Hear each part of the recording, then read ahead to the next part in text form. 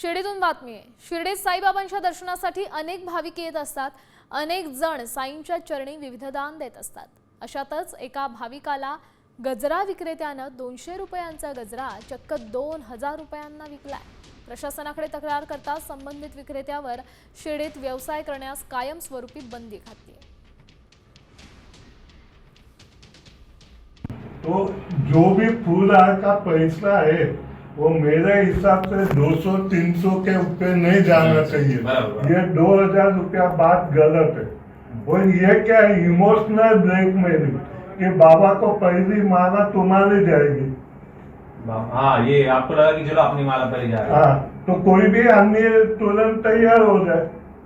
और ये मैं कंप्लेंट इसके लिए कर रहा है कि बाबा का और अपना शिरडी का बदनामी न हो और मेरे माफिक दूसरा कोई फंसे नहीं।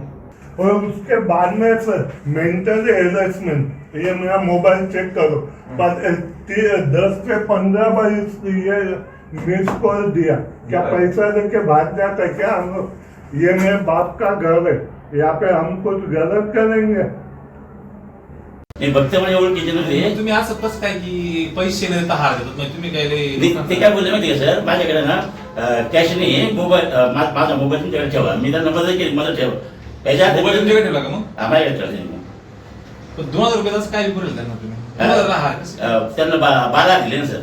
नाही, 3000 दिले। गुरु सांगला एक द्वारका मी एक चावडी, त्यांनी सांगितलं मला। नाही तर मी काय म्हणतो, जर सकाळी आता चावडीच्या गुरुला घ्या, तुम्ही त्यांना असं पण बोलले का की तुमचे जे हार आहेत हे सगळ्यात पहिले तुमचा 1 नंबर चढवणार हार आहे, दुसरं कोणी जाणार आहे त्याच्यामध्ये? तुमच्या हाती बोलणी असं बोललं होतं। सीसीटीव्ही बंद करा काय विषय? पैशाचं काही बोललं त्यांना इतके लागते म्हणून असं साहेब फक्त असं दिसून अरे तुम्ही काय इतके लोक झाले बघताना, इतक्या तक्रारी झाल्या, तुला चांगलं आयुष्य भेटेल का? असं तुझ्या माफ करायचं माफ काय करा, किती वेळा माफ करा तुला आम्ही? सर 12,000 तिसऱ्यांदा झाला ना विषय तुमचा। तुम्ही त्या दिवशी त्या पोरीला म्हणले की तू जर हार नाही घेतली तुझ्या बापाला काय होईल, हे होईल, बाबासाहेब तुझ्या रागावतील, या प्रकारचे काम आहे। जो 12,000 रुपये नाही म्हणायचं, मग मला बोल काय काय बंदी पडत? जा बरं तुम्ही विचारा बरं।